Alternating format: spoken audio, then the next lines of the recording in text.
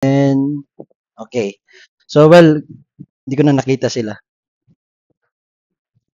Okay. So, well, good afternoon. So, sana clear yung ating boses even sa online. So, medyo wala kasi kaming internet ngayon. Pero praise God, patuloy tayo sa ating Sabbath School. Ang ating paksa pa rin is ang church, no? Ang church. So kaninang umaga bago nag-start, so nag ha-handle din ako ng nag-work kumbaga. Meron akong estudyante, ang sabi niya, so Jelosan, um kailan ka pumupunta sa church sa isang taon? So pinaliwanag ko sa kanya na yun nga ang church ay hindi gusali, no? Pinaliwanag ko sa kanya yung narrow yung narrow sense ng word na church ay patungkol sa komunidad.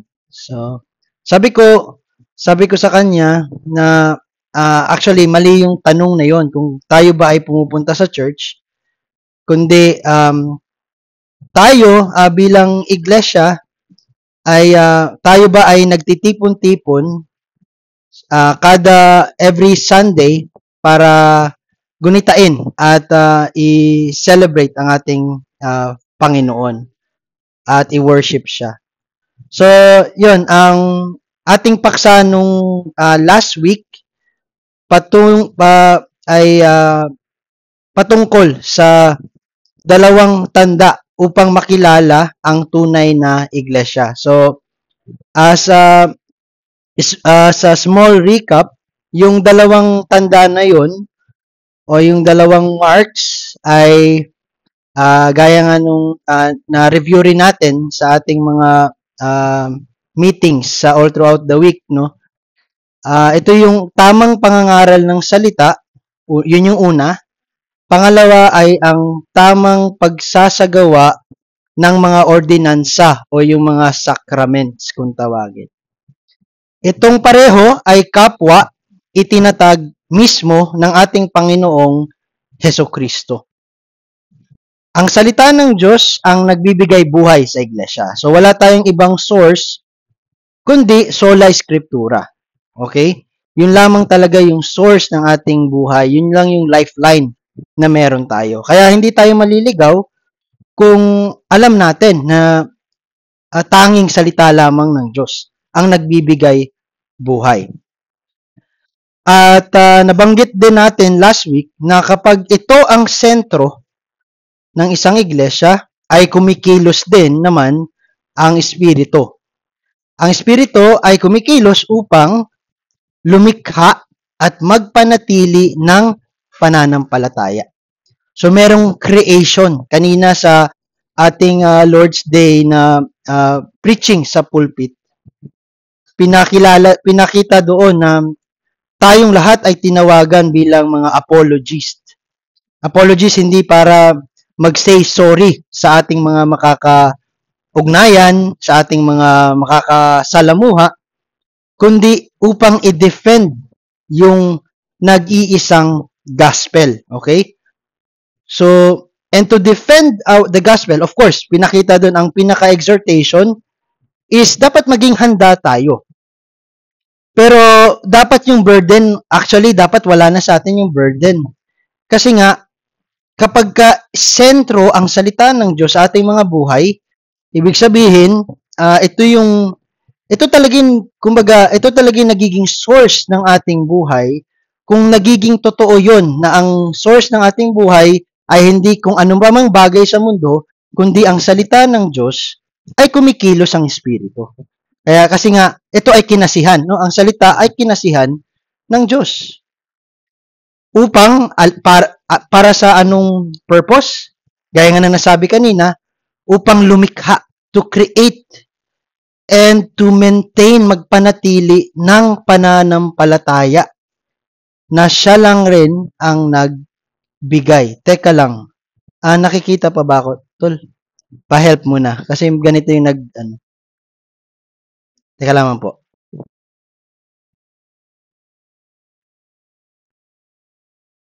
Okay, okay. Okay, na 'yun may naka-thumbs up pa rin, sorry. So, salamat 'no. So, patuloy lamang po tayo. So, do'n sa tamang pangangaral. Ang tamang pangangaral ng salita ng Diyos ay nakaugat o nagmumula sa teolohiya kung tawagin. Okay? Yung pagkilala, 'di ba nga kanina nabanggit yung famous na work ni Dr. R.C. Sproul, yung everyone is a theologian, no? Na tayong lahat na nananampalataya ay matatawag na mga teologo dahil kinikilala natin ang Panginoon sa sa sa ilaw ng kanyang mga salita. Okay? At nakasentro naman ito sa kung tawagin ay ang ebanghelyo. Na sa definition, pag-uulit, ang definition ay hindi, kumbaga, hindi nagmumula sa kaginhawaan o opinyon ng tao.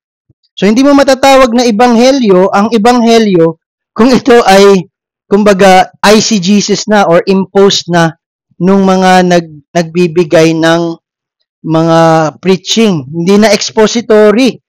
Okay, nababanggit natin yung expository. Bagkus, nagiging eisegesis, nagiging motivation, parang motivational na salita na lamang. Hindi ebanghelyo po yung mga iyon. So, sana ngayon sa tagpong ito, alam natin yung distinction. Kasi nga kung tayo ay magiging kumbaga mga apologist ng Panginoon, alam natin kung ano yung pinaglalaban natin sa kung ano yung kalaban ng ebanghelyo. No? Kung hindi natin yun madi-distinct dahil nga nagkukulang tayo, kasi wala namang pagkukulang ang Panginoon, binigay niya ang lahat.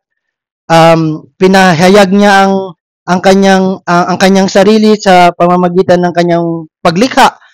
At hindi lang doon nagtapos, binahayag niya rin ang kanyang sarili sa pamamagitan ng espesyal na revelation at yun yung salita ng Panginoon na nakompile na.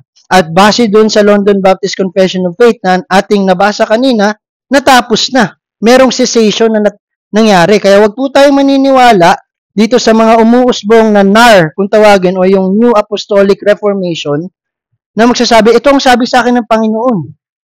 Kasi kung yan ay tunay na nagmula sa salita ng Panginoon, dapat sinusulat natin yan sa canon na meron tayo. Pero, ano na lahat, kumbaga na-close na ang canon. We have the full revelation, of course, yung meron tayo ay yung kopya na lang, no? Pero yung mga original ay alam natin at pinananampalatayanan natin na nagmula talaga sa ating Panginoon.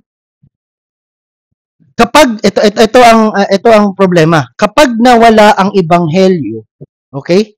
Sa paanong paraan nawawala ang ebanghelyo? Kapag ang naririnig natin sa pulpito ay galing na lang sa tao, hindi galing sa Diyos, okay? Kapag nawala ang ebanghelyo sa pulpito, nawawala ang kapangyarihan ng iglesia. Alam naman natin kung anong ibig sabihin ng power, ano? Power, force over, ano ba force times, ano ba yung power, tol? Nakalimutan ko na, no? Pero, kumbaga, hindi mag-move, hindi magpro-progress. Okay, hindi magpro-progress ang isang iglesia sa dapat na kanyang patunguhan dahil nga naniniwala tayo na ang iglesia ay sumasalamin lamang sa katangian ng Diyos. At kung ang Diyos ay buhay, nararapat lamang na buhay din ang kanyang iglesia. Kaya kailangan manatiling malinaw, okay? Dapat, ito talaga yung laging challenge sa atin, sa ating mga mahihinang katawan, mahihinang kokote dahil sa kasalanan. Challenge sa atin, panatiling malinaw sa ating mga sarili. Kasi nga, kahit na sabihin mo pang born again ka, na na-receive mo na yung grasya ng Panginoon sa pag-regenerate niya sa'yo. At gaya nga nung ating hymno kanina, hindi natin kayang mahalin ng Panginoon. Kung minamahal natin ang Panginoon, ito ay dahil sa minahal niya tayo una. Okay? Kaya ang challenge talaga sa atin ay paano natin mapapanatili yon na masyadong crowded yung ating mga sarili, mga pag-iisip natin ng sarili nating laman at pita. Pero, syempre, gaya ng ating profession, ito ay kagagawan at office ng Panginoon. Ng, lalo na, nung third person, okay? Nung third person ng Trinity, yung office ng Holy Spirit o yung Holy Ghost. So, mananatiling malinaw to kung alam natin yung mensahe ng una, kasalanan. Hindi maaari na mag-present ka ng gospel o i-defend mo ang gospel na hindi ka natutungo sa usapin ng kasalanan, na kailangan mong pagsisihan ng iyong kasalanan. Hindi maaari. Hindi kumpleto kapag wala ang itong napaka-importanting paksa, ang kasalanan. Tayo ay masasama dahil tayo lahat ay sumuway sa ating tagapaglikha. At syempre, hindi rin naman tayo magiging legalist na doon lang tayo nakatuon. Yung on the flip side of the coin, nandun naman yung grace, yung biyaya sa atin. So nag-end tayo last week, yung paksa natin ay dapat talaga nakatuon at nakasentro sa ebanghelyo. Ngayon naman, ang ating pag-uusapan na subtopic lang rin nung the same chapter pa rin na ating inaaral dun sa libro, ito naman yung ang ebanghelyo na isinasambuhay o ipinapamuhay natin. Paano ba natin ipapamuhay ang ebanghelyo? So, ang tunay na tugon or response, ito yung tunay na tugon sa tunay na ebanghelyo. Okay? Wag niyong asahan na may tunay na tugon kung ang ebanghelyo na iyong ipinapangalat ay hindi rin naman tunay. Walang tunay na nagmumula sa hindi tunay. Kagaya ng walang nagaganap or none came into being without the being itself. Sabihin, sino ba yung nag-exist? Walang katapusan. 'Di ba? At yun ang ating Panginoon. So, ang tunay na tugon sa ebanghelyo, una, may dalawa din. Okay? Una ay ang pagsisisi. Pagsisisi. Hindi lang yan yung parang remorse kung tawagin. Pagsisisi, actually, it rooted from the word yung pagbabago ng kaisipan or metanoia. Doon nagmumula yung mga metamorphos, di ba? Yung mga nagtatransform. Ngayon, yung word na transformation ay lasak na. Ginagamit na ng kaharian ng LGBT, no? Mga transgenderism, mga ganun na. Pero ang tawag sa atin ay tayo'y magsisi, baguhin natin, let us inform ourselves of the true gospel. Pangalawa ay yung pananampalataya. Na sa ating pamamahayag, ang pananampalataya ay hindi nagmumula sa atin. Ito ay bigay ng Diyos, Ephesians 2. Ito ang patunay ng bagong buhay o yung regeneration. Kung meron kang pagsisisi, nagbabagong iyong pag-iisip, hindi mo binago ka ng Panginoon. At dahil nga binago ka ng Panginoon, consequently, meron kang pananampalataya, tunay na pananampalataya sa Kanya, sinasabi ko pa rin tunay, dahil ito ay galing sa Kanya, hindi nagmumula sa atin, sapagkat lahat na nagmumula sa atin ay hindi masasabing tunay. Lahat ng iyon ay nabahiran, mga kapatid. Ang iglesia ay dapat turuan ang tao, ito ang dapat na maging purpose natin bilang iglesia. Okay? Hindi tayo gusali. Tayo ay isang lupon na tinawag ng nag-iisang Panginoon. We are a community. We are a nation. Diba? We are a holy priesthood. Ang iglesia ay dapat turuan ang tao na talikuran ang kasalanan at umasa lamang kay Kristo. Yun yung sa madaling sabi, yun yung ipinangangahulugan ng may pagsisisi ka, may repentance at ng may faith ka. Tatalikuran mo ang kasalanan At aasa ka, babalik ka sa nag-iisang source. And that is the Word of God in flesh, that is Jesus Christ, our Lord and Savior. Ang tunay na pangangaral ay tumatawag din sa tamang tugon. Kaya nga bilang mga apologists, ang ating pinaka main goal hindi para to win arguments. That is to call them. Kung ano ba yung tawag sa atin, and that is to repent and have faith. Dapat may response. At iyon yung ating pinag-aaralan ngayon. Ito yung dalawang dapat na maging response sa tunay na gospel. Dapat may pagsisisi at may pananampalataya in the end. At kung wala man, ito ay kalooban ng Panginoon. Dahil kung hindi man sila magsisi, kung hindi man tayo magsisi at manampalataya sa nag-iisang Panginoon, mayroon ding tinatawag na holy justice. So, either way, you have defended the true gospel. Hindi ka talo. Walang talo. Laging 100%. Only if you know the true gospel. Kasi pag wala, hindi madali ka lang rin talaga madali ka lang, para ka lang rin talagang hampas ng alon, 'di ba? Wala kang direksyon, pabalik-balik ka, double-minded ka eh. 'Di ba? So, yun ang pinakita yun maigi ng ating Panginoon sa kanyang mga parables. So, kaya nga magbasa tayo ng salita ng Panginoon. Kung walang pagsisisi, ang pananampalataya ay nagiging simpleng pagkilala lamang. Ito pala yun. Diba, maraming nagpo-profess, I have faith in Jesus Christ. Yes, kinikilala nila. Dahil nga, ito ay kagagawa na walang pagsisisi. Bakit? Kasi baka hindi nila na-grasp yung tunay na gospel. Kasi kung mayroong tunay na gospel, it will create in them yung pananampalataya at pagsisisi. Merong creation sa kanilang puso. 'Di ba? 'Di ba? Parang meron talagang bagong nilalang. Yun yung essence ng salitang bagong nilalang, 'di ba? Ephesians 2 Corinthians 5:17. May bago talagang nilalang. May pagbabago talaga. Okay? Kung walang pananampalataya, so kung ibabalik rin naman natin, kung wala namang pananampalataya, anong meron sa pagsisisi? Ang pagsisisi ay nagiging sariling pagsisikap. Kaya imbis na maluwagan ka, lalo kang nahirapan. Imbis na ang tawag ng Panginoon, come into me, all of you who are weary and heavily burdened. 'Di ba? So, nawawala yun. Ibig sabihin, hindi nagiging totoo yung salita ng Panginoon sa'yo.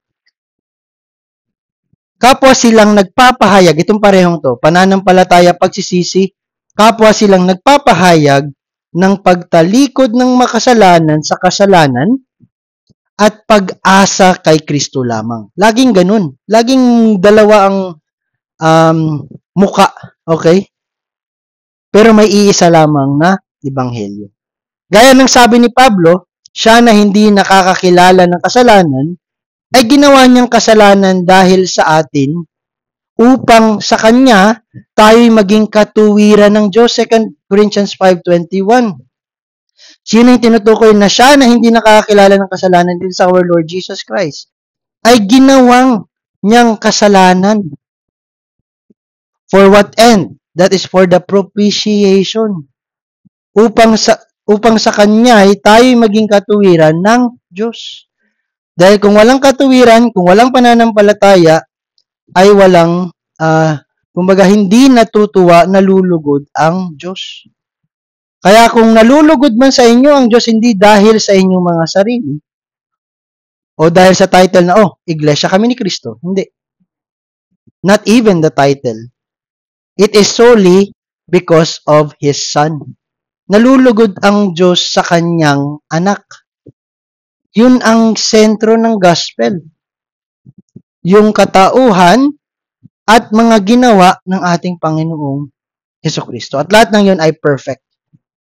Nangyari yun, di ba? Meron nga tayo sa Tense of verb. Perfect tense. Sabihin, naganap na. Di ba? Naganap na.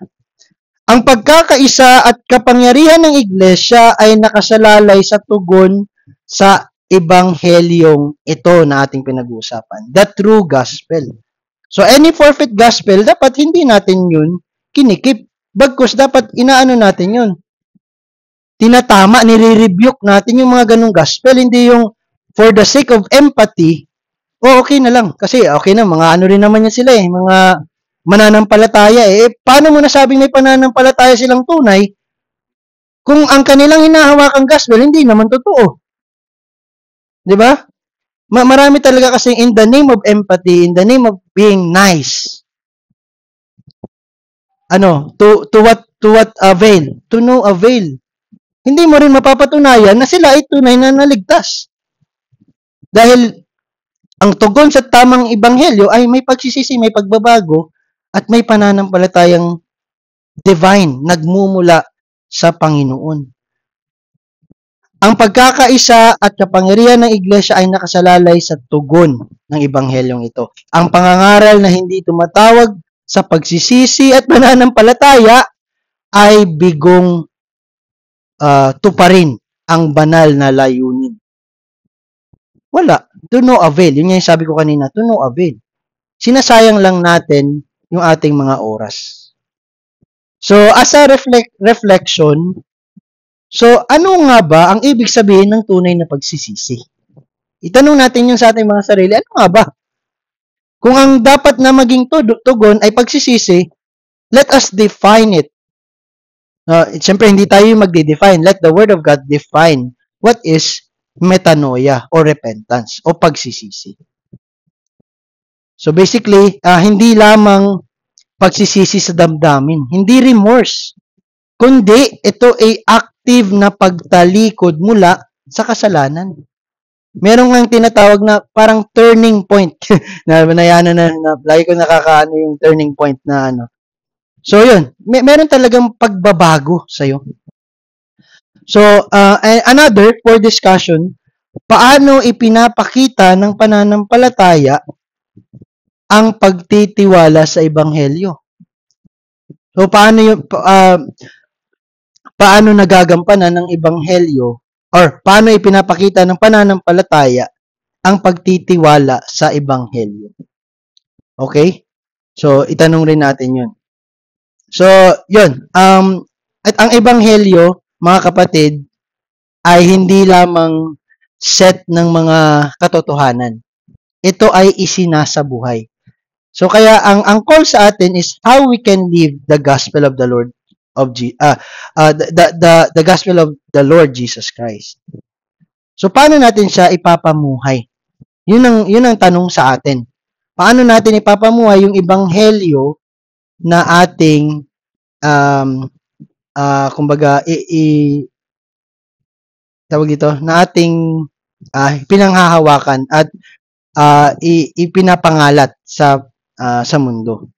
So kagaya nga nung kanina sa turo sa atin sa salita ng Panginoon, ingatan natin yung ating mga budhi. Ingatan natin yung ating mga buhay na nawa mag-reflect talaga sa ating mga kinikilos, ipinapanalita, mga iniisip natin, nawa maging totoo. At yun ang makita ng mga tao na nakapaligid sa atin. At yun na mismo ang kumbaga mag-convict sa kanila na sila ay magsisi, magbago at manampalataya. And then pangalawa na ating pagtatalakayin, hopefully okay pa tayo, no? So pangalawa naman, ang tamang, ito na, dadako na tayo dun sa second mark. So una yung tamang pag-handle ng salita or pangangaral ng salita. Yun yung unang mark. And then, yung pangalawang mark is yung tama naman na administration o pagsasagawa ng mga ordinances o yung kantawagin natin, mga sacraments. So, dadako tayo doon ngayon, mga kapatid. So, nasagot naman na natin last week na meron lang dalawa. Meron lang dalawa na ating gagawin sapagkat ito naman ay ang mismong ang Panginoong Hesukristo ang kumbaga nagtatag or parang paano bang yung word na yun? Parang siya yung talagang naging example o siya mismo yung gumawa. Okay? At as much as possible, ayaw nating gawa-gawa lang tayo ng ating, kung ano lang yung ating maisip na sa isip natin, baka maging pious tayo kung gagawin rin natin tong penance, gagawin rin natin tong confession sa pari. Ayaw natin yon. Gusto natin maging masunurin tayo sa salita lamang ng Panginoon. At kung ano yung hayag sa salita, yun yung ating gagawin. At hayagan sa salita ng Diyos, ang Panginoon ay nag-undergo ng baptism. No? Binaptize siya ni John the Baptist. And bago pa man siya tawag dito, ialay o katayin, di ba? Di ba? Lamb, di ba? Kinatay. Bago pa man siya ialay, ay inano rin niya yung isang ordinance, yun yung breaking of the bread or yung Lord's Supper. So yung dalawang yun ang ating pag-uusapan. So ang bautismo, okay, baptism, at ang hapunan ng Panginoon or yung Lord's Supper ay mga nakikitang ebanghelyo. Kagaya nga ng ating napag-usapan, ang sentro dapat ng isang iglesia ay ang ebanghelyo. Ang pagtuturo ay dapat nakasentro sa ebanghelyo. Kaya siguro naman, malinaw sa atin, baka ito pala ang ibig kahulugan ng sacrament. Visual aid, kumbaga, di ba? Sila Mary, madalas nagre-report, di ba? May visual aid kayo, di ba? Gumagamit kayo ng Canva o kung ano mang mga pwedeng gawin para ipakita kung ano yung gusto niyo i-report. In the same way, sa church, nangangailangan din tayo ng visual aid. Yun ang ibig sabihin ng sacrament. Hindi ito yung magbibigay sa'yo ng kaligtasan. Magpabautismo ka. Bautismuhan mo yung newborn baby. Kasi baka mamaya kung anong mangyari, hindi niya na kamit yung biyaya ng Panginoon. No. Hindi yun yung kapangyarihan na meron, yung ordinance na yun. Yung kapangyarihan na meron yung mga sacrament as a visual aid of the gospel. And doon pa rin babalik, doon pa rin magfo-fall, what is the true gospel? No? Kaya yung tuturuan ka, gawin mo ito. Yun nga, 7 sacraments. Malinaw na malinaw yun. Hindi na natin dapat ano yun. That is in violation. Kasi nga, baka ang nangyayari, nagiging idol natin yung mga sakramentong ito. Lumilihis na tayo sa tamang subject o object na meron ang ebanghelyo. At ito ay ang ebanghelyo ng ating Panginoong Hesukristo. So, malinaw na malinaw, hindi sila nagliligtas. Mga sacraments, wala silang kapangyarihan for your salvation. Pero yun ang tinuturo. Yun ang tinuturo. Kailangan mong guminto, kailangan mong penance. Dati bago si Martin Luther, meron pa silang nagbebenta pa sila ng anong tawag doon tol, yung binebenta ng mga pare. Nakalimutan ko yung term. Di ba? Para lang talagang mabayaran mo yung kasalanan. Kasi nga, yun na yung nagiging nila. Yun na yung doon na nadadivert yung kanilang hope and trust. Kaya nga walang kasiguruhan dahil hindi sigurado yung ebanghelyo na hinahawakan. So, ayaw nating hawakan yung mga ganung bagay. No? Nakakapaso yung mga ganung bagay. Anything outside the gospel, sabi, di ba? Anything outside the gospel ay accursed, di ba? Sabi sa Galatians.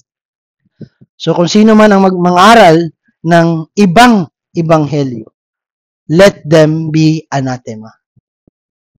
So, sana, maging, sa atin yun, actually warning yun. No, na wag tayong maging complacent. Okay? Isa lang ang pwedeng maging complacent and that is the Lord. Kasi He is the perfect one. We are not even perfect.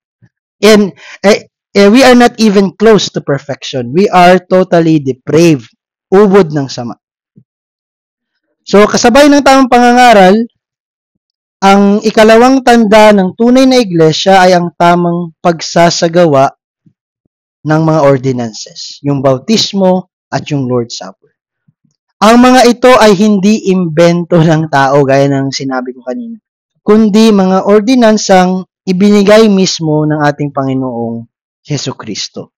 Ang bautismo at ang Lord's Supper ay mga nakikitang tanda na ipinapahayag ang parehong ebanghelyo na ipinapangaral ng pulpito. Okay? So parang ano lang talaga siya, complementary, kumbaga. Sa bautismo, ang mga mananampalataya ay hayagang nagpapahayag ng kanilang pananampalataya. Ito sa public, parang public na pagpamamahayag mo na nananampalataya ka sa kamatayan and sa resurrection o muling pagkabuhay ng ating Panginoong Jesucristo. Sa hapunan naman ng Panginoon, inaalala ng mga mananampalataya ang kanyang pagtubos at ipinapahayag ito hanggang sa kanyang pagbabalik. Kaya hindi tayo mag-end until the Lord comes, di ba? So it's the Lord's Supper because ito ay pamamahayag na ang Panginoon ay namatay, tayo ay naniniwala sa kanyang pagkabuhay, at tayo naniniwala na siya ay darating. Okay? Babalik. Bibisitahin muli tayo ng ating Diyos. So, kahit walang salita, ang mga ordinansang ito ay hayagang nangangaral. Okay? Kahit hindi mo i-explain yung gospel, dahil tama itong ordinance na ito, dahil ginawa to ng Panginoon para ipakita yung gospel. Kaya kung atin din itong i-administer sa ating mga sarili, yun yung kanyang nagiging purpose din. That is still to proclaim the gospel. No? Kung hindi man sa pulpito, dapat kahit sa mga ordinances, yung gospel ang ating ipinapangaral. Okay? So, as reflection, ito yung ating itatanong sa ating mga sarili, mga kapatid. Bakit itinuturing na visible gospel or nakikitang ebanghelyo ang mga sakramento? That is for our discussion, no? Sa this week. Bakit itinuturing na nakikitang ebanghelyo ang mga ordinansa? Okay?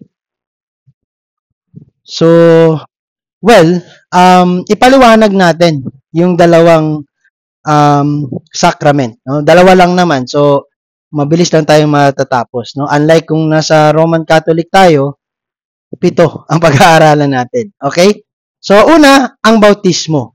So, ang bautismo ay tanda ng pagkakaisa kay Kristo sa kanyang kamatayan at pagkabuhay.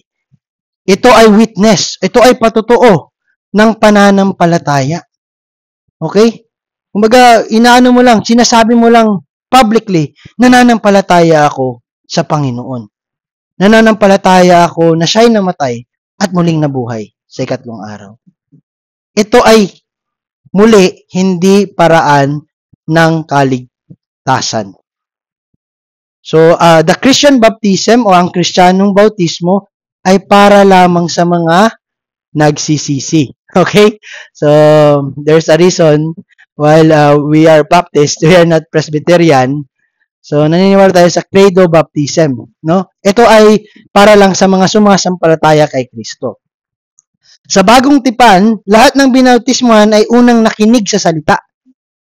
Sumampalataya at pagkatapos ay hayagang nakibahagi kay Kristo sa pamamagitan ng immersion sa tubig o yung paglubog sa tubig.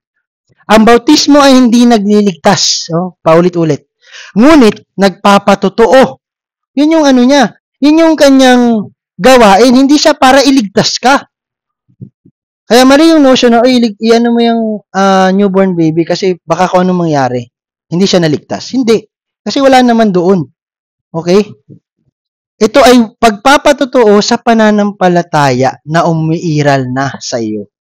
Okay? Kaya nga, di ba, laging sa ating mga pag-aaral, regeneration precedes faith. Buhayin ka muna ng Panginoon upang ikaw ay may pananampalataya o may faith na umiral sa iyo dahil ibinigay na sa ito ng Panginoon bilang libreng kaloob. Ipinapakita nito ang pagkikipag-isa kay Kristo sa kanyang kamatayan na pagkabuhay, ang paglilinis sa kasalanan, at ang bagong buhay sa pamamagitan ng Espiritu. Ipinapahayag din ito ang pagiging kabahagi ng katawan ni Kristo. Ano ba ang katawan ni Kristo? The church, ang iglesia. No? So, kaya nga, 'di ba? Binabautismohan ka kung ikaw ay dadalo or makikisapi sa isang iglesia. Kaya't ang bautismo ay hindi lamang ritual o pribadong karanasan. Ito ay pampublikong pahayag ng isang tao ay kabilang kay Kristo at sa kanyang iglesia. Okay? So, hindi yung, okay, binautismohan na ako. Okay na. Kaya ko nang aralin yung salita ng Panginoon. Hindi. Nakibahagi ka kay Kristo at sa iglesia.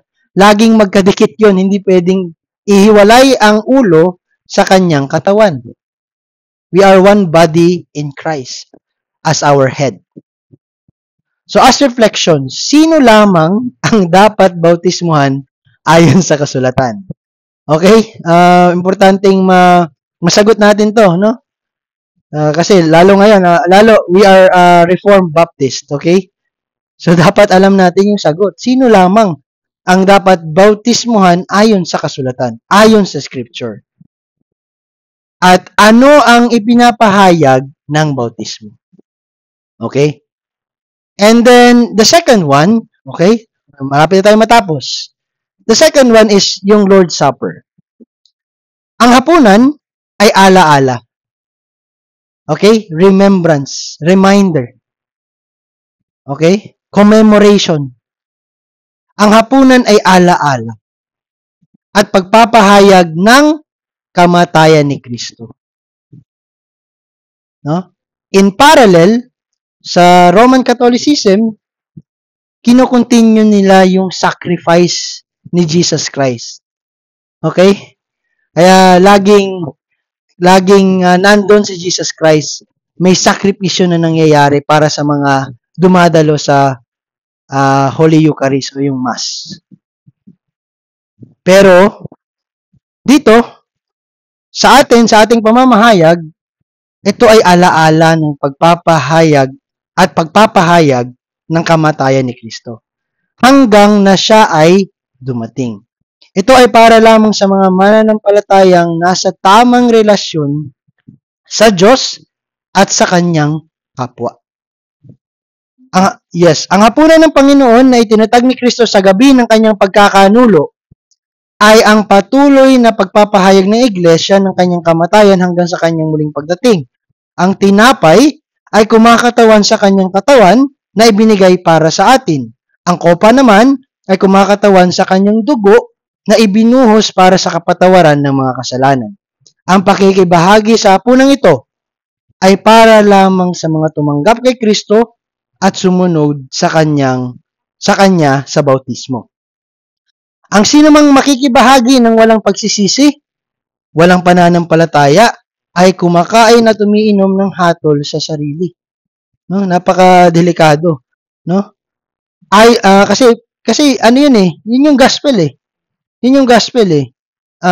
So kung wala kang hindi ka na regenerate, so malinaw na malinaw ang hindi yung hope ang iyong pinapahayag kundi yung paparating na judgment sa iyo, and that is sure judgment. Okay? So lahat ng wala kay Kristo ay wala sa kanya. Walang buhay. Walang buhay na eternal life, walang eternal life.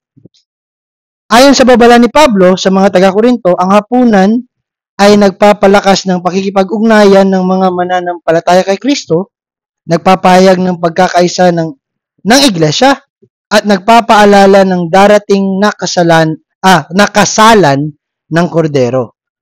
kung saan ang pananampalataya ay magiging ganap sa paningin.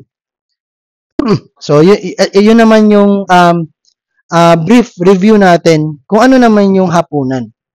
So, first of all, ito ay alaala. At second, pagpapahayag ng kamatayan ni Kristo. So, another question, bakit mahalagang suriin ang sarili bago makibahagi sa Lord's Supper?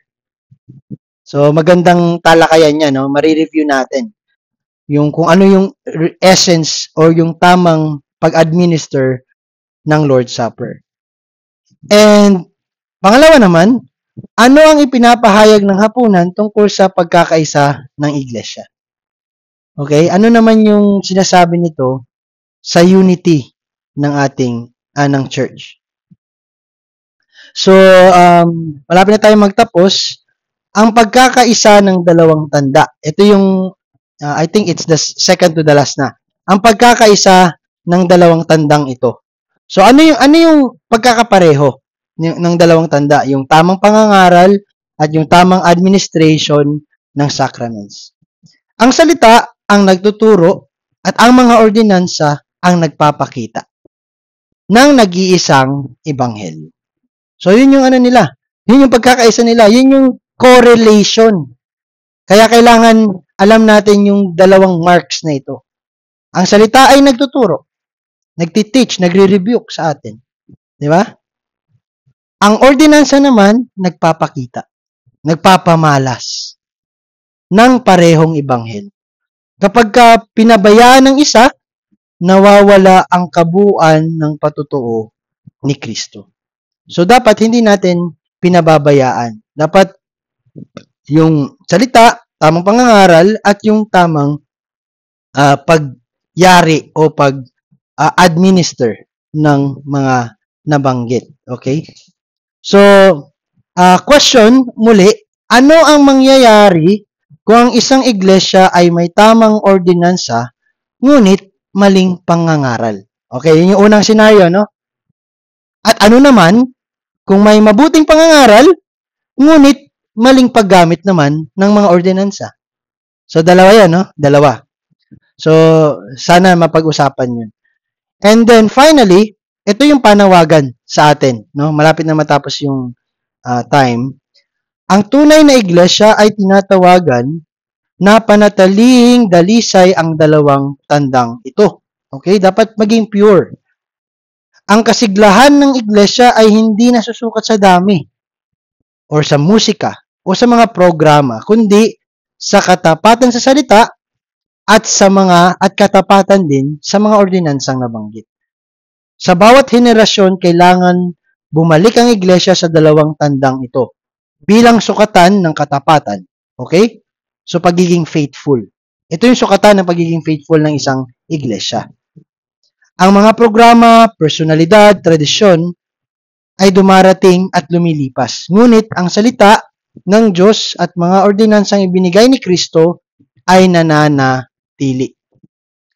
Ang tunay na iglesia ay hinuhubog sa pamamagitan ng pakikinig sa salita, pagtugon sa pananampalataya at magpapakita ng pananampalatayang iyon sa mga ordinansa, bautismo at sa Lord's Supper.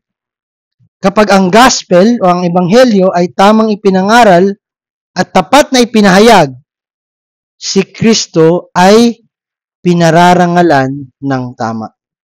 Ang kanyang bayan, ang kanyang iglesia ay tunay na itinataas bilang templo ng buhay na Diyos. Okay? So nawa, ang ating iglesia sa His Community Church ay palaging mamarkahan ng mga katibayang ito o yung mga signs, marks. Okay? So the marks of a true church. So sa pagtatapos, ito yung dapat nating sagutin. Paano natin masusukat kung ang ating iglesia ay tunay sa mga tanda nito? Ano naman ang hamon sa bawat kasapi?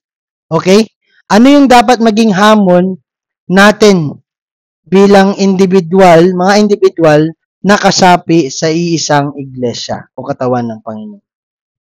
So sa pagwawakas, ito yung mga pangunahing truths na ating nalaman sa pag-aaral natin tungkol dito sa marks of true church. Number 1, ang tamang pangangaral ng salita ay nagdudulot ng buhay. Number 2, ang tamang pagpapatupad ng bautismo at hapunan ay nagpapanatili ng buhay. Okay? Pangatlo, kapwa ito'y utos sa atin ni Kristo upang ipakita ang kanyang biyaya. Kaya nga 'di ba, itong pinag-aaralan natin na book, sinulat to ni Mark Dever.